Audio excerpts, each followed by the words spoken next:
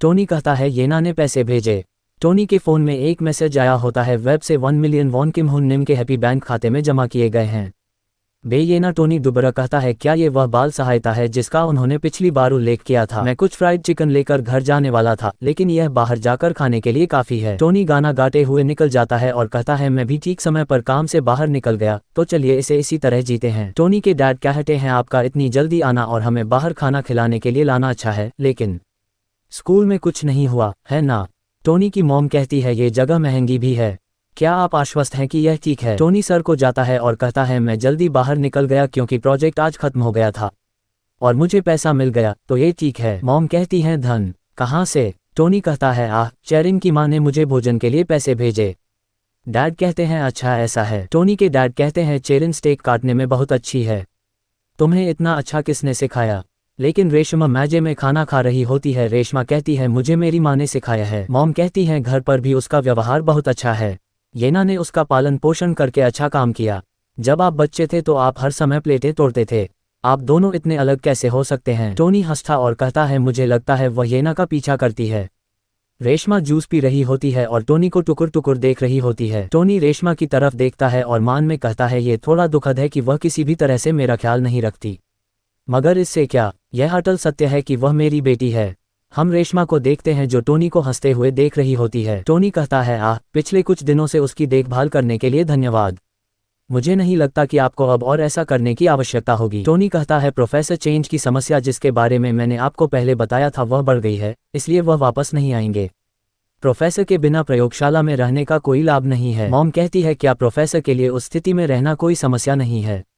Tony मना करते हुए कहता है ये ठीक है क्योंकि मैं डॉक्टरेट की डिग्री के लिए नहीं जा रहा था, मैं बस अपनी मास्टर की पढ़ाई पूरी करूंगा और तकनीकी अनुसंधान में जाऊंगा। डैड कहते हैं कोई समस्या न हो तो ठीक रहेगा। मॉम कहती है हाँ, मुझे विश्वास है कि आप अच्छा करेंगे। टोनी कहता है मुझे अब जिम्मेदारी से जीना होगा क्योंकि मेरे पास चेरिन है, तो ज़्यादा चिंता मत करो। टोनी होटल से बाहर आ जाता है और रेशमा से कहता है दादा और दादी के साथ रहना कैसा था। रेशमा कहती है यह अच्छा था, दादी ने मेरे लिए बहुत सारी स्वादिष्ट चीज़ें बनाई। टोनी कहता है तो फिर क्या तुम्हें मेरे साथ रहने से ज़्यादा अच्छा लगता है। रेशमा क्यूट से स्माइल करती है और कहती है नहीं, मुझे डैडी सबसे अच्छे लगते हैं। टोनी रेशमा को ऊपर उठा लेता है और कहता है पिताजी को भी आपके साथ रहना सबसे अच्छा लगता है। रेशमा सोनी के सनग्लासेस ठीक करते हुए कहती है लेकिन डैडी क्या चश्मा असुविधाजनक नहीं है। टोनी हंसता है और कहता है हो निस्संदेह वे हैं। रेशमा कहती है तो फिर आप उन्हें क्यों लगाए रखते हैं। रेशमा कहती है पिताजी को पढ़ाई करनी है, इसलिए उन्हें उनकी ज़रूरत है।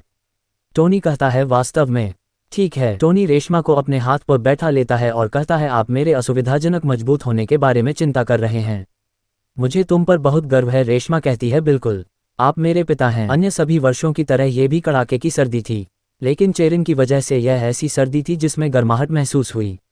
हम एक बिल्डिंग को देखते हैं, टोनी उसके बारे में बताता है। प्रोफेसर चांग डोंगहो पर जांच तेजी से आगे बढ़ी क्योंकि येरिम ने साक्ष्य एकत्र कर लिए थे। उनके बारे में सुनकर विद्यार्थी परिषद हरकत में आ गई।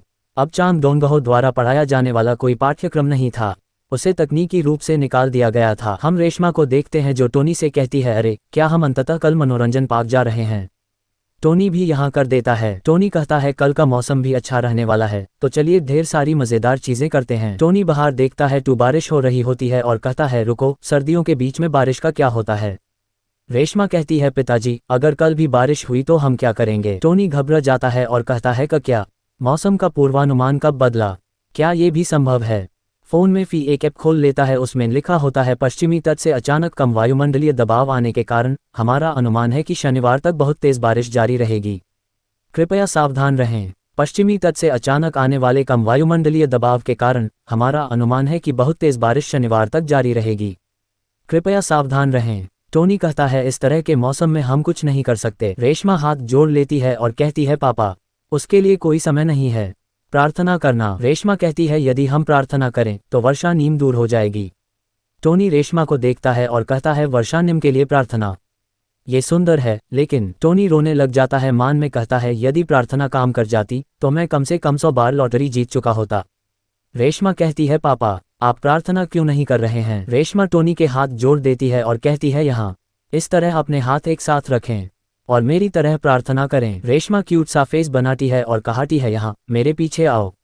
वर्षा निम कृपया कल मत आना। टोनी कहता है अच्छा ठीक है। टोनी कहता है वर्षा निम कृपया कल मत आना। रेशमा कहती है वर्षा निम कृपया कल मत आना। रेशमा कहती है पापा जागो, जल्दी करो, जल्दी करें, मुझे इसे आपके साथ देखना है। टोनी उठाते हुए कहता है अभी तक अलार्म भी नहीं बजा है। रेशमा बुलती है जल्दी करो और यहाँ आओ, जल्दी करें। टोनी कहता है तुम मुझे इतनी बुरी तरह क्या दिखाना चाहते हो। रेशमा कहती है यदि बारिश के बजाय बर्फ हो तो हमें ये पसंद आएगा, है न। टोनी थोड़ा हैरान होता है और कहता है सचमुच बारिश नहीं हो रही है। रेशमा खुश होती है और कहती है मैंने तुमसे कहा था कि अगर हम प्रार्थना करेंगे तो बारिश नहीं होगी। टोनी मान में कहता है मेरी प्रार्थनाओं से कभी कुछ भी सच नहीं हुआ। कितना ठंडा है। खैर मुझे लगता है कि मौसम अभी ठंडा हो गया है और बारिश बर्फ में बदल गई है।